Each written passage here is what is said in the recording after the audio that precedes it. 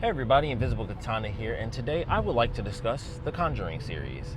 So I recently saw the last movie, and since I don't really do reviews as much anymore unless it's Star Wars or, in the case of an absolute miracle, Ruby Volume 11, we'll see if that one happens. Or would it be 10? I don't even know which one it would go to. The point is, Ruby or Star Wars, that's about it, and the random comic book movies here and there. But since I'm not reviewing this one, thought I'd talk about it. You know, I skipped over the last big horror movie that came out, which was Weapons. Crazy movie, thought it was entertaining. RIP to the local sex pot. Most of you probably won't understand that reference, but it needs to be said. But the Conjuring series, I enjoyed it. I really loved the first Conjuring movie that was back in, good lord, I think that was 2013 or 16, something like that, when the first movie came out. It's basically been a decade, if not over a decade, if it was 2013.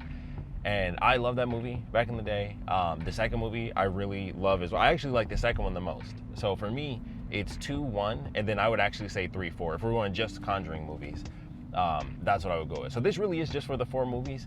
I don't have like any reference to any of the like spinoffs and other stuff except for the first Nun movie. That's the only one I saw. And other than that, I didn't go see any of the other movies. Like I know the second Annabelle movie, people thought was really good. I was really sad that the first one sucked because that trailer, there's one thing I always remember. That trailer scared the crap out of me the first time I saw it. When it's the little shot, it's the shot of the woman looking like out of the doorway and she sees like a little girl running at her, and right as the door closes, it blows open and it's a grown woman charging at her. That scared the crap out of me. And that was in like the first trailer. That was like the reveal trailer of that movie. And I was like, oh, that's gonna be amazing. And of course this was, I think after 2 is when they made the first Annabelle movie, which now has 3. I legit didn't know that until today. I was watching like some older reviews. Shout out to Kinda Funny. I was watching their Cuckoo in Review, as they call it, the Conjuring Cinematic Universe. And I legit don't think I had any effing clue that there was a third Annabelle movie.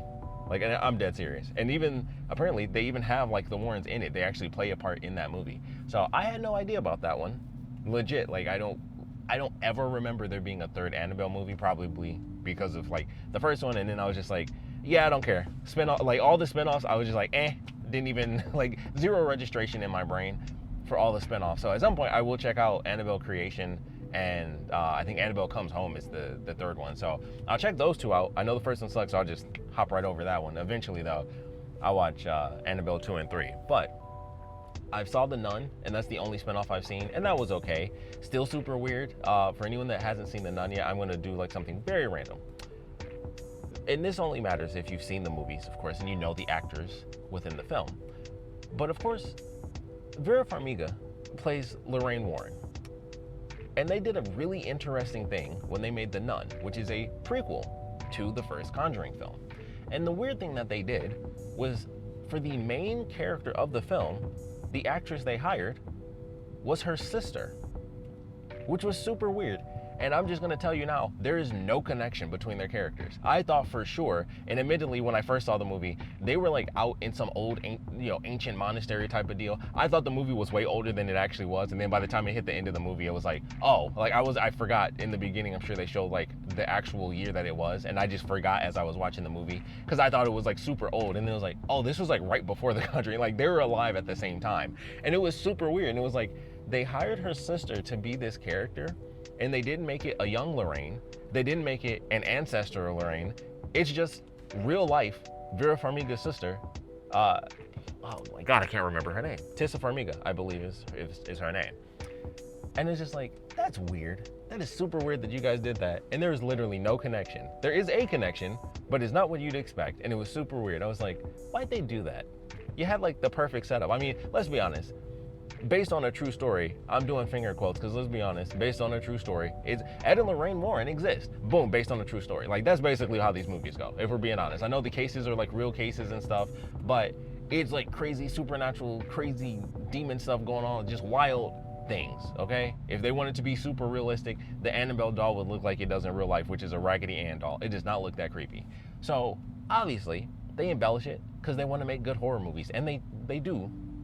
For the first 2 movies, and first 3. I think all the movies are good, but 1 and 2 I think are great. Like I said, if I ranked them, it would be 2, 1, 3, 4 for me personally. I think 1 and 2 go back and forth for a lot of people, and I think it's a Back to the Future thing where I think 2 is the best one, but I think the first movie has better pacing. I think Back to the Future 1 is one of those few films that I genuinely believe has like perfect pacing. And I think that's why that movie works so well. And plus it's, it's a more contained story, which the Conjuring movies are different. They're all contained in that way.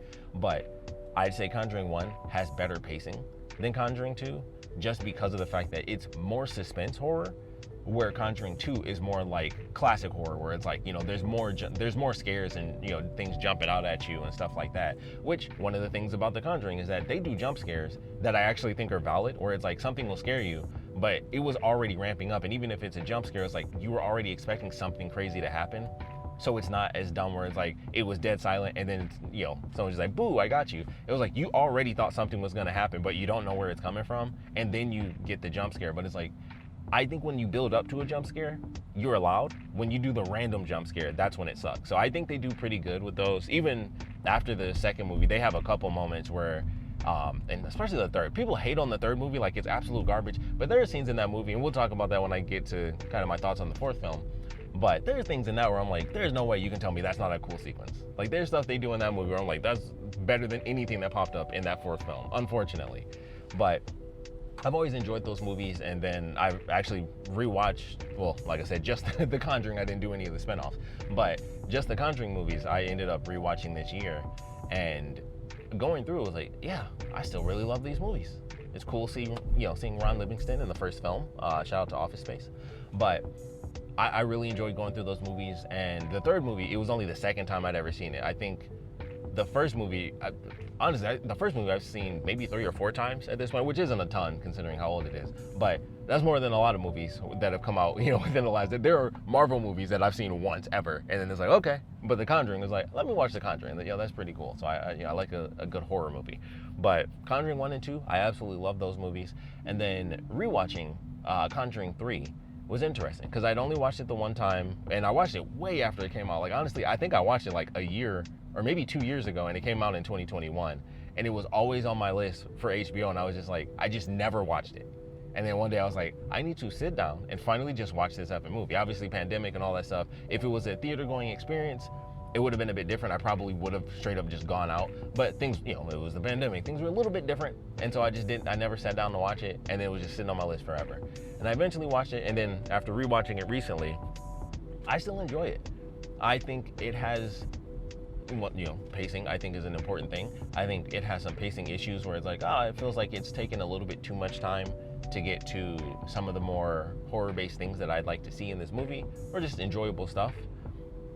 But man, that's like almost double when it comes to the fourth movie. Like, oh my goodness, I was already tired, so that that can always like play a bit of a part in it when I watch a movie.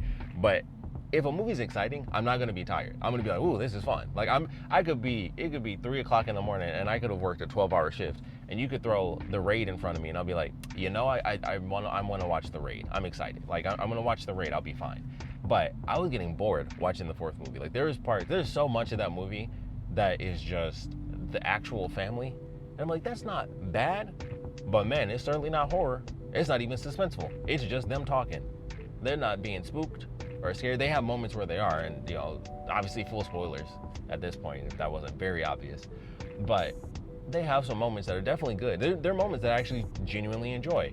But I would have loved actually seeing the family be tortured more, as crazy as that might sound. But it's a horror movie. You want to see the family dealing with these monsters. You want to see the scares and stuff like that.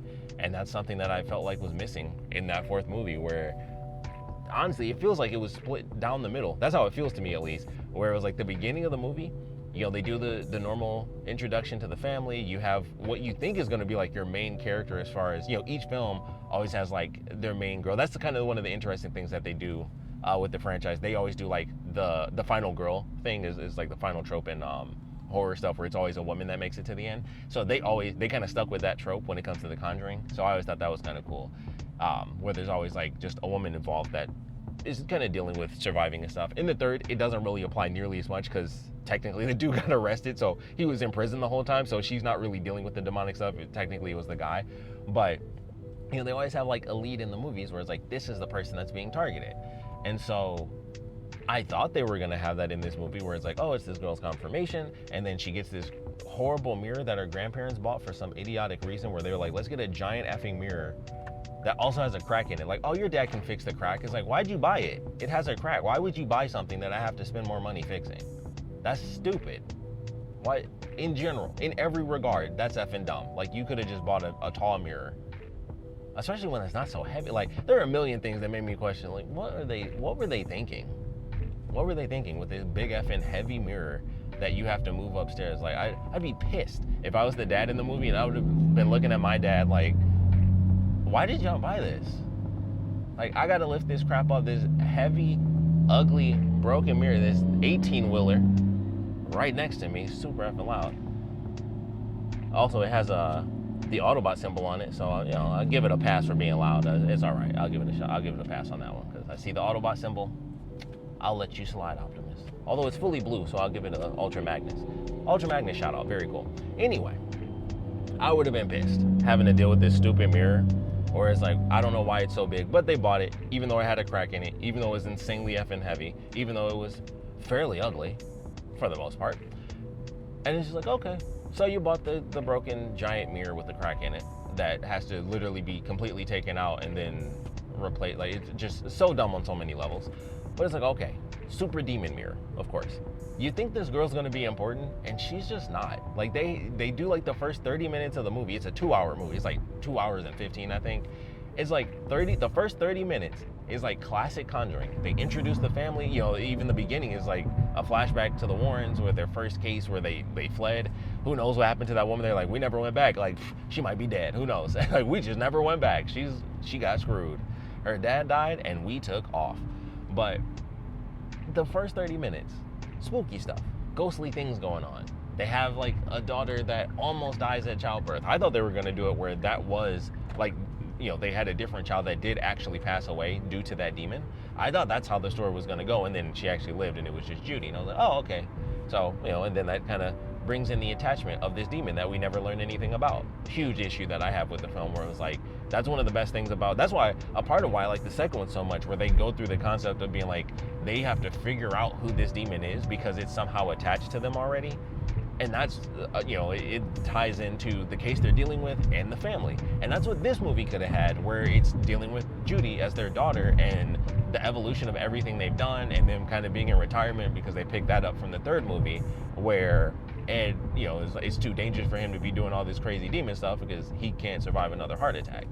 And so it's like, oh, this could easily be like a even more personal version of the second film, where that was a huge part of it, where it's like Lorraine's at home having dreams and stuff, and then she has to figure out like, who is this demon and why are you chasing us down and all this other stuff. All that I really loved, and I'm like, oh, that could easily apply for the fourth film, especially to their actual daughter and the way they did it, you know, with childbirth and all that. And then it kind of does it. It technically does, but not in an important way, it feels, because it's like, well, we don't see this demon, we don't learn about this demon's name, we don't understand anything about it. It's just a demon that they end up killing that's really strong, and it's just trapped in this, you know, demonic mirror. It doesn't have a backstory or anything like that. Like, we get the backstory for the other three, I guess it would be like the ghost that we see, because the guy like went crazy when his wife cheated on him and he killed her and killed her mom, which I couldn't even tell they were two different women until the end of the movie. I'll tell you that. When they say like, oh, there's three spirits, I was like, I thought that was the same woman every time. Genuinely, I thought it was the same old woman every time I saw it. I'm like, I could have sworn it was just the old woman. So I don't know if there was a sequence I missed, or I just didn't realize it was the wife that was killed. But until they showed that very specific scene in the basement where she, I think it was with Lorraine, and she told her to shush, and then the husband like hit her in the head with the axe. I'm like, I swear this is the first time they've ever shown her in this movie. I could be wrong, but every single time I thought it was the older woman. So maybe that's not true. Maybe when the husband was on the bed and it seemed like the ghost was kind of doing some things on top, maybe that was the wife. I don't know. I legit don't know. I just assumed it was the old woman because they told us like the three spirit thing after that, I believe. But I was like, oh, okay. So I don't know. I was really shocked that they mentioned there were three spirits, because I'm like, I thought it was one woman and a dude with an axe, and they were just there for some reason. So that was interesting to figure out. And you know, the sequence of like the husband floating in the air, and then the daughter is, you know, the main girl, quote unquote, you know, she's watching her videotape back, and I thought they were going to do something different, when she was watching the tape, because the tape was like rolling. Also, I do have to give a huge shout out to the realistic fact that it took her like 5 times before she actually got the right pause. I was like, I can respect that. Like that's dedication to real life, where it's like, I'm just trying to pause on this one scene and it takes a million chances. I really like that. It's the most random thing, but I was like, yeah, I've been there. You try to pause on something to see something specific and it's like, yep, yeah, I've been there myself. So I thought that was really cool. I was like, I appreciate the realism for that, where it took her like 5 times to get it right. So I was like, thank you. I thought, because they started to have it where it looked like the clip was starting to roll again, I thought the demon was gonna like leave out of the TV. And they kind of played with that, where the girl looks up and she sees like 2 dots that look like eyes, which I thought was really funny. And it made me realize maybe I just watched too much horror stuff to the point that I can tell that those were clearly real life reflections and not fake demon eyes. Because I was like, those are obviously just reflections. And then the truck goes past and then it lights up the room and she realizes, oh, it's just like 2 little pots that have reflections on them. And I was like, those clearly weren't eyeballs. Like, it's so weird. I was like, oh, maybe I watched too much horror stuff for me to be like, I can instantly tell that's a real life reflection and not CG eyeballs. So I thought that was interesting. And then the camera spins around and I'm like, why is there an axe there? And then the scene got real crazy and she gets chased around the room by a dude with an axe. Great evil laugh. I like the giant pounding footsteps they kept doing for him. I thought, great sound design and stuff like that. He easily, very classic trope of just a tall dude with an axe, but he did it well. And the whole story was that he like lost his effing mind when his wife cheated on him and he just mentally snapped and killed her and her mom. It works. It's a very basic story, but that works. He could have easily just been the demon that was haunting them or a part of it or something. But I like the design that they had for him and how like overpowering he seemed, and the way, like I said, the way they did the footsteps and stuff. I thought that was great. I was like, man, it kind of makes me wish that he was the most prominent thing, or like it actually was about these old spirits in this house because of him killing her in the basement and stuff when it was all farmland. And it's like, it's kind of unfortunate because they did such great design work on the effects and stuff with him. And like I said, very basic, simple, tall dude in overalls, designed with an axe, but it worked. And it's been a minute for me since I've seen like just that classic trope, but it was like, that's actually way better. Like the story of the actual family being used, well, I can't even say it's better because it's the only story. The actual demon that is so powerful, it kills like the father when he goes to try to talk to the bishop or whatever, which was one of the scenes I enjoyed. I was like, oh, like him holding up the little cross that he got out of his bag and it's literally like set on fire and it boils his hand till he drops it. And I was like, this demon is super powerful. Like it literally burns crosses and it burns the Bible as Ed is reading it, which was a great sequence when he slams the flaming Bible into the mirror and it like burns the evil version of him. That was cool sequence. But it's like, this demon is so powerful and stuff, and it doesn't have to have its own visual, which it should, because they did that for the second movie. So it's one of those weird things where it's like, you made a design for the actual ghost. Like, yeah, it's using, once again, literally did this already in the second movie. The evil ghost that they had to actually kill was using the old guy and making him meaner.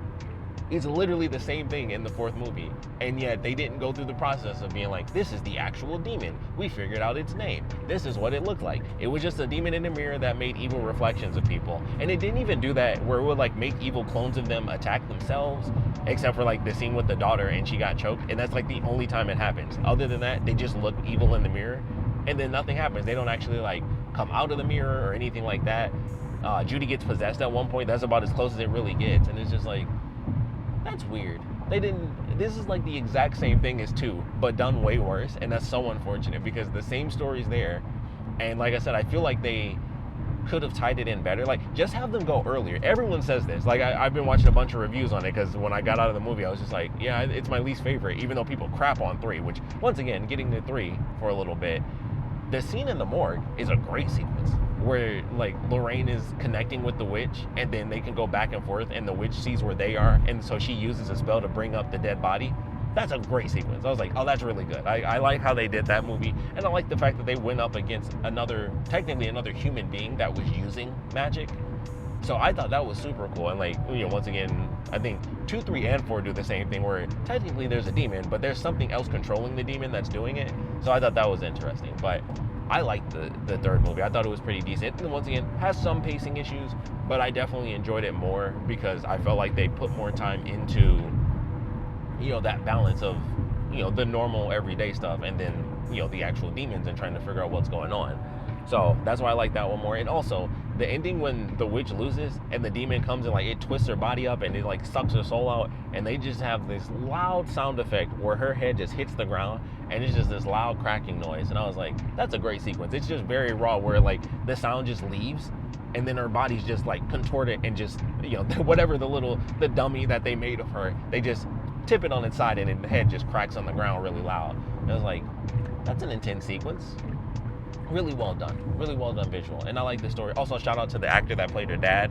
That was a really cool moment to see him in there because I like that guy. I know him from the Sleepy Hollow TV show, which was a great show, unfortunately canceled.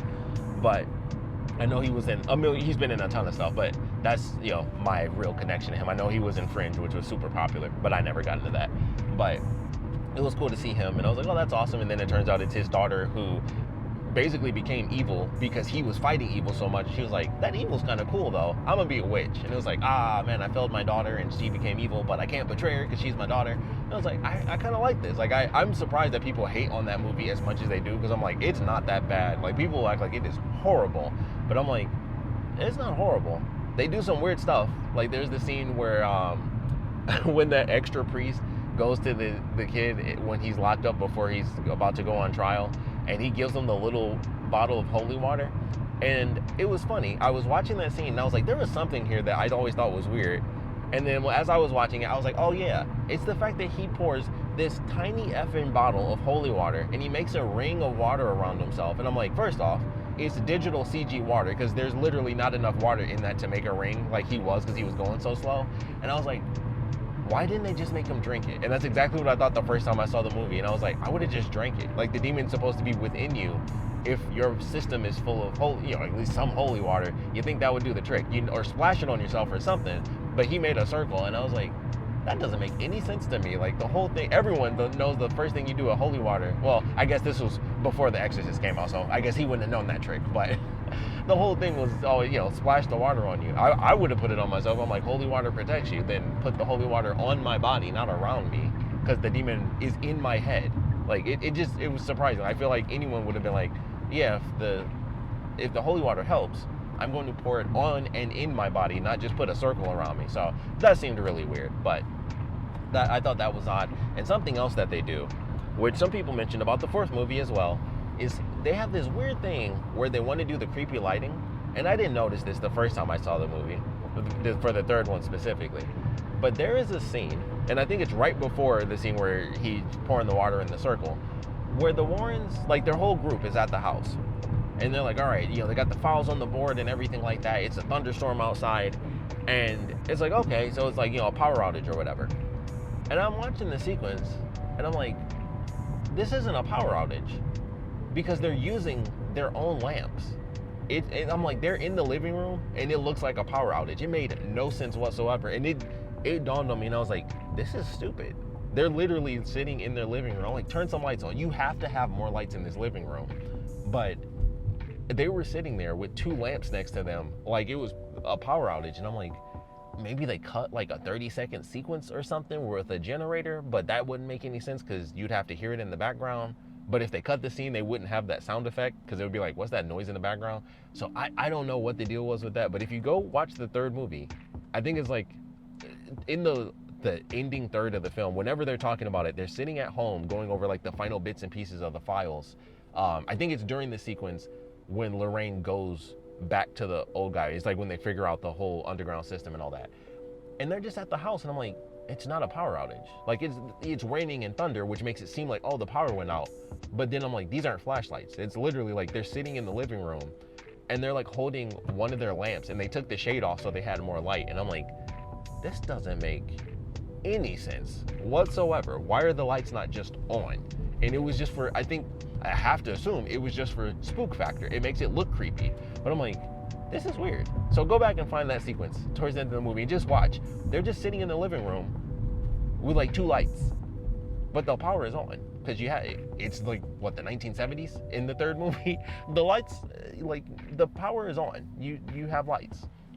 Very odd. So that was something, like I said, I didn't notice the first time I saw the movie, and I was just like, this is weird. That is super duper weird. And they kind of do that in the fourth movie as well, where inside the house is like, it's almost like they put paper up over all the windows, which maybe they actually did. I think at some point, in some of the parts, it looks like they did, but it was just dark in the house the whole effing time. It was a very, something that they did, but it wasn't nearly as egregious as they are straight up in their own living room, holding, taking the shades off lamps because it's too dark. And it's like, well, just turn more lights on. What are you doing? This is weird. So wanted to point that out because that really caught me when I rewatched the movie recently, which was like 2 weeks ago, and I saw the fourth movie yesterday, as of me recording this. So that was or 2 days ago, because it's Tuesday for me right now.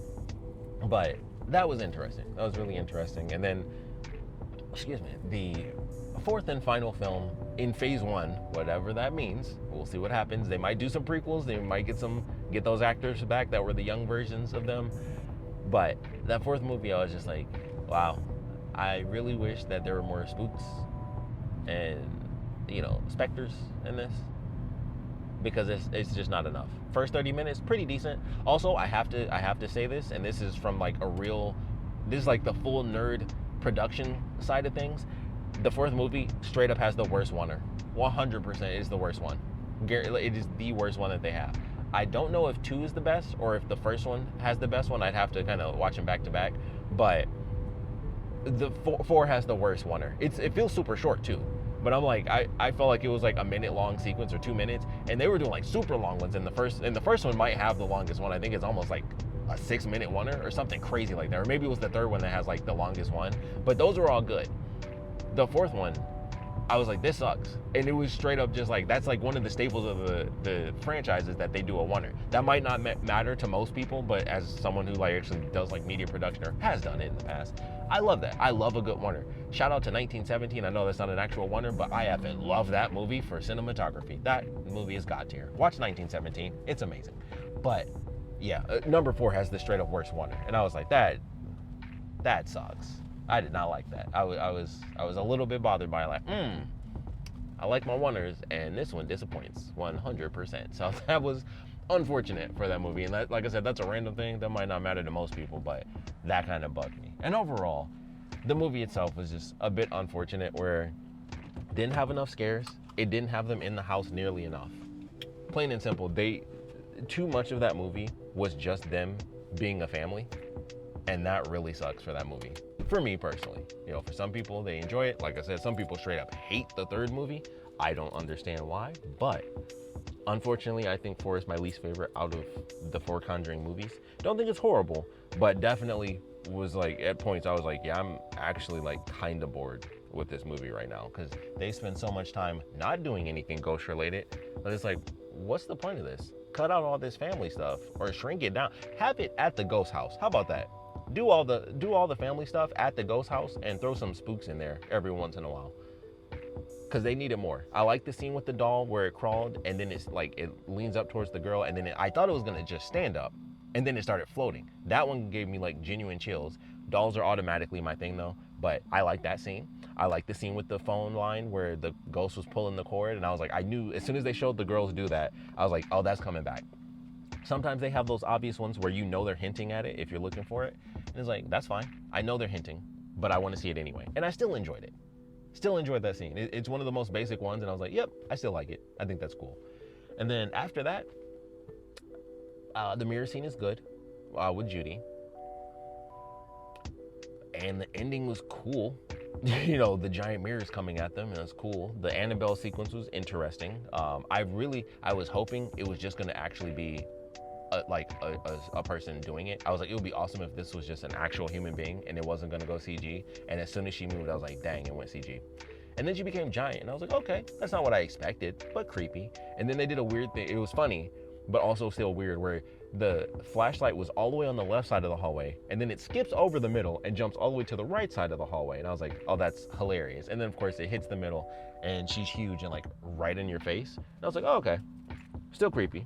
Not what I expected, that she'd be like right there, but she was giant and creepy in her face. And I was like, okay, cool.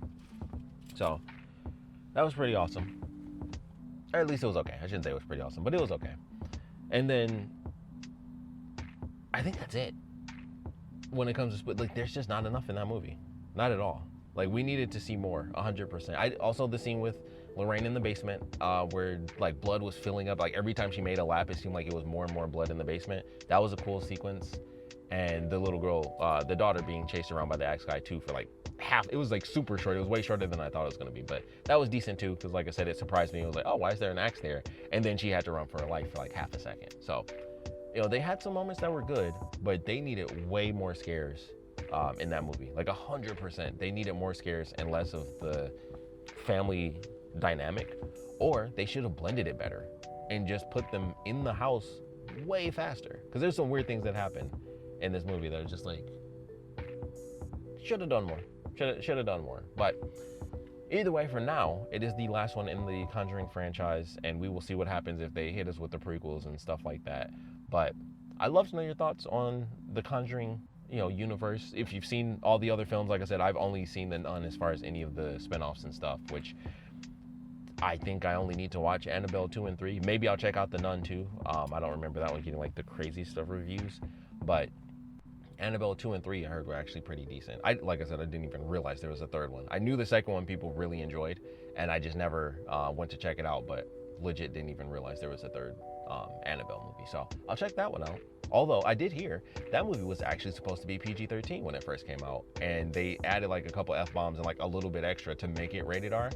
And I thought that was interesting. And I didn't listen to the rest of the review because I was like, you know what? I actually kind of want to see this one. Same with the first Annabelle. I was like, I know people like it, but I never actually learned like the full story.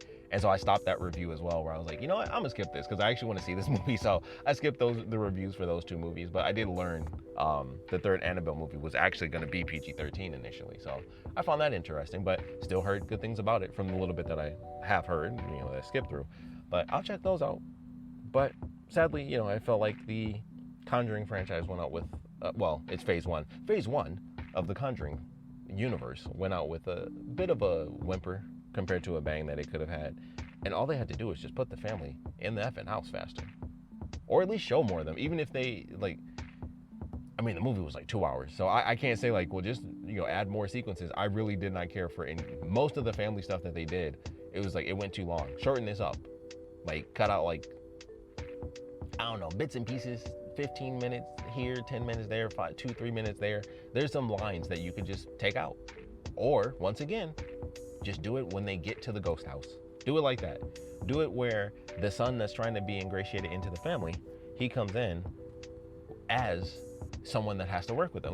Do what you do in the first parts of the movie, but then after that, you just put him in the house.